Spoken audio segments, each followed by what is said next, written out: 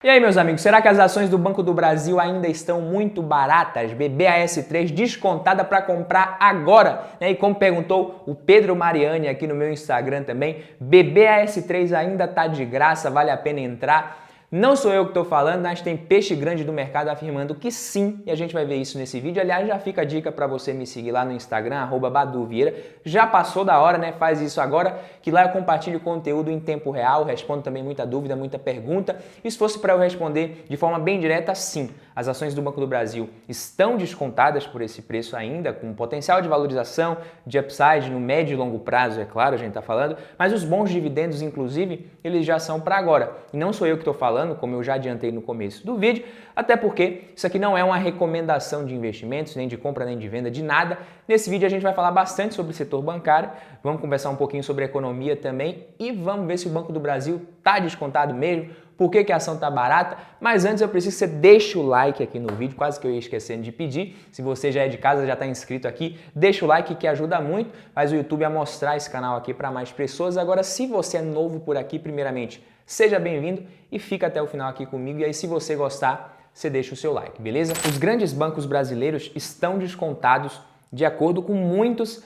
analistas, especialistas do mercado. Vou passar alguns dados aqui para vocês, algumas informações, mas o principal do vídeo é vocês conseguirem entender por que tem tanta gente achando isso, que está barato, tá? O que você precisa levar em consideração quando o assunto é ação e principalmente ações de bancos.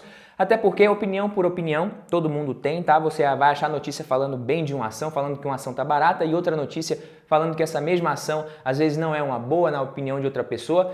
Por isso que o seu maior conselheiro, o seu maior consultor, né, no fim das contas, precisa ser você mesmo, você precisa ter conhecimento. Então nessa primeira parte do vídeo aqui a gente vai ver algumas notícias e na segunda parte a gente vai mais a fundo em alguns conceitos, alguns indicadores, conceitos que eu considero importantes e resolvi trazer hoje aqui para vocês, beleza?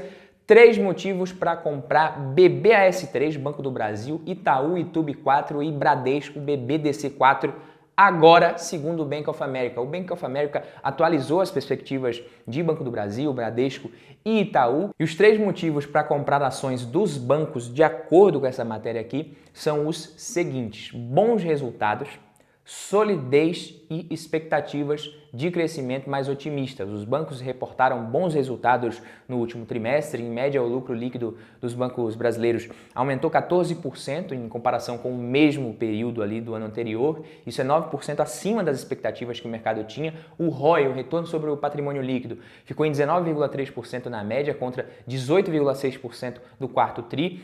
Falando agora de solidez financeira, no segmento de pessoas físicas, os produtos de maior risco, que são cartões de crédito e crédito pessoal, aceleraram o crescimento dos bancos, enquanto os de menor risco, eles desaceleraram. A gente está falando aqui de crédito imobiliário e consignado, e as despesas dos grandes bancos, em média, cresceram 5,5% ao ano, abaixo da inflação. Isso é importante acompanhar isso, ficar de olho. E com relação ao crescimento de lucros, que é o último ponto, o Bank of America acredita que o setor vai crescer ali 12% em 2022 e 2023 e 11% em 2024.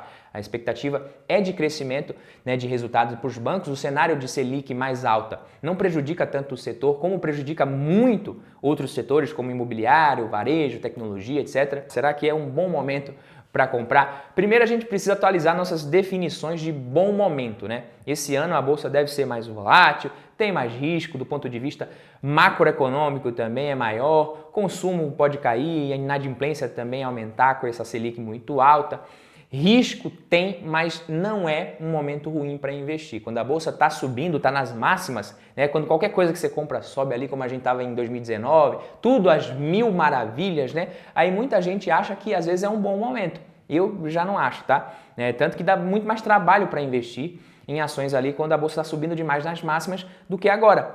Antes era difícil você se sentir confortável, achar alguma ação descontada. Agora o problema já é você segurar a mão para não sair comprando tudo, né? Porque se você observar a relação entre o preço e o lucro das empresas brasileiras, da Bolsa Brasileira, o nível está perto do que foi registrado em abril de 2020. Em abril de 2020, o Ibovespa estava abaixo dos 80 mil pontos. Claro que o lucro das empresas de commodities meio que distorce isso daí, impacta, mas se você olhar o P sobre L do Banco do Brasil, por exemplo, você vê que está, né, mais ou menos, né, o mesmo nível ali. O do Itaú também segue o mesmo comportamento. Em abril de 2020, o medo era muito maior, as incertezas também acredito que muito maiores, nem previsão de vacina o mundo tinha naquela época ali, e hoje, apesar de todas as incertezas mundo afora, né, se as commodities seguirem em alta, o Brasil está bem. O problema maior é para um tipo de investidor, na minha opinião, que é o que fica buscando preço baixo, barato, cenário de pouca incerteza e mil maravilhas. Isso, infelizmente, ninguém vai achar, ninguém consegue, tá? Quando o cenário estiver limpinho ali, as coisas menos incertas, o preço das ações já vai estar lá em cima. É assim que funciona, né? Frio na barriga vai dar sempre para quem aproveita a oportunidade. Só precisa calibrar ali o tanto que cada um suporta de frio na barriga, né? A bolsa pode cair mais? Pode, mas quem não acha que o momento é bom para ações, pelo menos para seguir fazendo aportes regulares, é porque nem deveria investir em bolsa de valores nunca, tá? E se esse é o perfil do investidor também, não tem problema. Agora, quem se considera investidor de ações de longo prazo e não está comprando agora pelo menos um pouquinho, está fazendo uma confissão de que gosta de pagar caro, pô. Ação de boa empresa barata sempre vai vir com um pouquinho mais de risco e incerteza. Mas o fato é que agora, com esses múltiplos menores, a gente tem muito mais margem de segurança para comprar com foco no longo prazo. Porque se cair mais, né, e existe essa possibilidade, dá para ficar tranquilo e até comprar um pouquinho mais. Beleza? O P sobre L do Ibovespa, como eu falei, em 2020 era de praticamente 16 vezes, hoje está em menos de 5,5 vezes. As provisões para devedores duvidosos ainda vão demorar um pouquinho para baixar muito ali, o cenário pode ser de mais inadimplência, tem muita incerteza, então os bancos não vão descuidar nisso, você pode ter certeza. E o Banco do Brasil especificamente tem inclusive algumas vantagens competitivas nesse aspecto. Boa parte do crédito é consignado e para o agronegócio, são empréstimos de menor risco. Falando ali de clientes digitais também, o banco não está ficando para trás, é o segundo maior em número de usuários ativos no aplicativo, deixando muita fintech para trás, inclusive. Então, se por um lado ele também não é tão eficiente, isso já está no preço, né? Os múltiplos mais do que compensam essa menor eficiência, e se o banco conseguir melhorar isso, a tendência é ainda mais valorização. A cotação, ela acompanha o lucro sempre no longo prazo, como vocês podem ver. Esse cenário de juro alto ali prejudica muitos setores, mas os bancos ainda andam bem nesse cenário. Só para vocês terem uma ideia, mais de 50% da captação do Banco do Brasil vem da poupança. Só que quando a Selic está acima de 8,5% ao ano, como é o caso agora, a poupança que já não paga muita coisa, né, fica pagando 0,5% ao mês, mais TR, que é zero praticamente, e isso aumenta o spread bancário dos bancos. Então, se não fosse esse cenário muito ruim, essa expectativa de inadimplência maior, essa demora para a economia se recuperar, ficar patinando, os bancos eles iriam rachar de ganhar dinheiro como sempre ganharam e como estão ganhando também, né? Então, se essa melhora no cenário começa a acontecer em algum momento, as cotações vão responder e vai ter gente que vai ter aproveitado. Vai ter gente que vai ficar meio chateado porque não aproveitou, eu devia ter comprado, mas vai superar, vai ficar numa boa, e vai ter a galera que vai comprar caro, porque sempre tem. Né? Você só não pode ser esse tipo de gente, esse tipo de investidor. Tudo bem se você não gosta de Banco do Brasil, né? Se você acha ruim, não investe em estatal, não tem problema nenhum. Se você acha que as fintechs vão engolir os bancos, cada um tem a sua opinião, né? Umas fazem sentido, outras não, mas não comprar agora e comprar depois, quando o BBAS3 estiver 40, 45, 50 reais, aí realmente não faz sentido nenhum, pô. Então eu repito, eu não estou falando que vai começar a subir, que não vai parar, também não estou falando que não pode cair novamente, mas a margem de segurança ainda existe. É interessante, mas já foi maior, já gravei vários vídeos falando sobre isso quando o Banco do Brasil estava muito mais barato, mas é assim mesmo. Quando a ação estiver custando 40, 45, vai ter gente que vai se sentir mais confortável.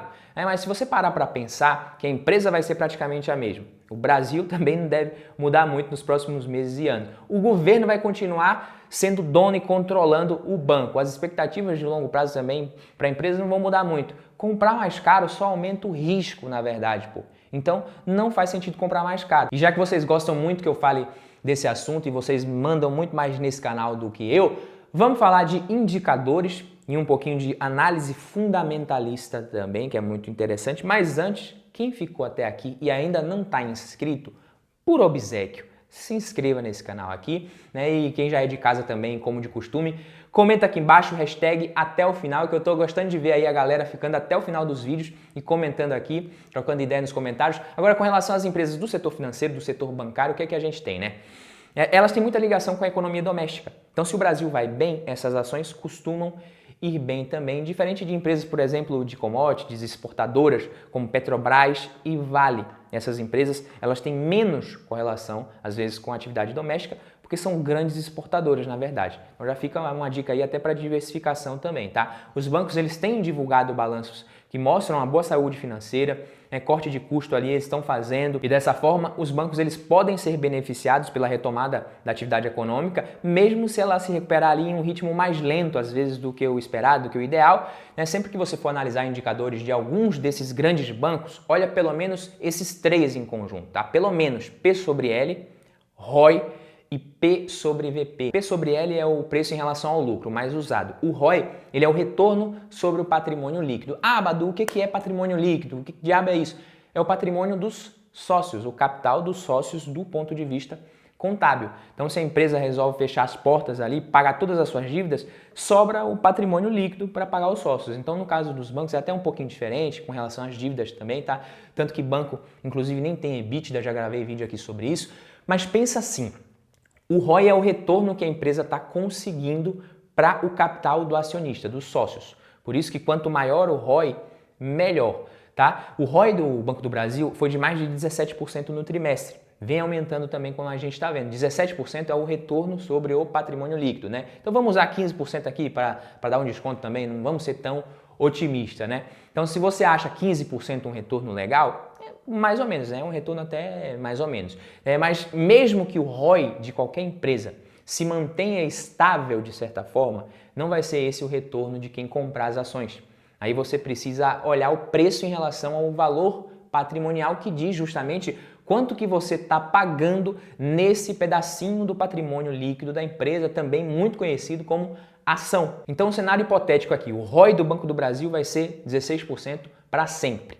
Quem pegar ali um PVP de 1 vai ter um resultado parecido com esse, quem comprar um PVP acima de 1 vai ter um retorno menor e quem pagar por um PVP abaixo de 1 vai conseguir um retorno maior do que o ROI de uma empresa com essas características no longo prazo, uma empresa que não vai crescer mais tanto. Ou seja, empresas com PVP alto precisam ter um ROI maior para justificar. Então, comparar, por exemplo, o PVP de Banco do Brasil 0,79 com o BB Seguridade, que tem um PVP de 7 vezes, então quer dizer que BB Seguridade está absurdamente mais cara que o Banco do Brasil? Não.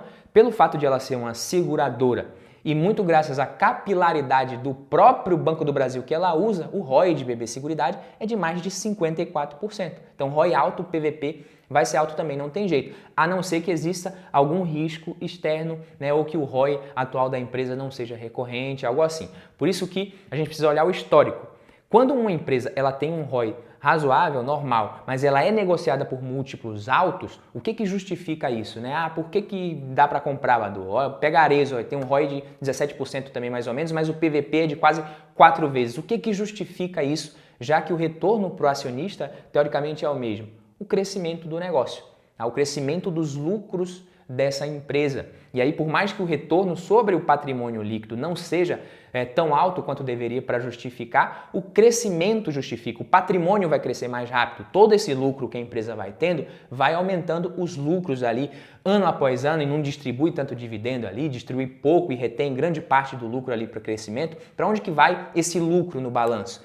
Ele vira reserva de lucro, reserva de capital, às vezes também, que faz parte do patrimônio líquido da empresa. Ou seja, o patrimônio líquido cresce sem que o sócio precise colocar mais dinheiro do negócio, entendeu? Isso aqui que é o grande barato de investir em empresas, em negócios. O seu patrimônio cresce com fruto da própria operação bem-sucedida da empresa. Tá? Como o patrimônio líquido está crescendo, mesmo o lucro aumentando, o ROI às vezes ele não vai crescer tanto também. Então, um ROI normal com um PVP alto, a empresa precisa prometer um crescimento para poder justificar. Então, olha o VPA da Arezzo como cresceu nos últimos anos, o valor por ação, o valor patrimonial, muito mais que o do Banco do Brasil. Ah, Badu, e quando uma empresa ela tem um ROI legal, aceitável, mas está descontada, né, negociada abaixo do valor patrimonial como o Banco do Brasil, aí significa que o mercado enxerga risco, é óbvio, né, ou até destruição de valor, né, que ao invés de crescer os resultados, a empresa vai diminuir os resultados, o ROI vai cair, ela vai até destruir valor, que seria, no caso, reduzir o patrimônio líquido da empresa, né? É isso que vai acontecer com o Banco do Brasil? Na minha opinião, não é isso que vai acontecer. Como eu disse, né, a cotação ela acompanha o lucro, as projeções do banco são de crescimento de lucro em 2022 e um bom crescimento, inclusive, como vocês estão vendo, né, o que pode indicar que pode ser só o mercado deixando de ser racional por um tempo E como vemos, comparando o retorno recente das ações dos grandes bancos, especialmente BBAS3, com o retorno do Ibovespa, o mercado parece que já está recuperando um pouquinho a sua racionalidade aos poucos. Posso estar errado, cada um tem a sua opinião, lembrando que isso aqui não é uma recomendação, fico por aqui, vejo você no próximo vídeo, deixa o seu like aqui, deixa o seu comentário, se inscreve no canal, faz tudo, tamo junto, valeu!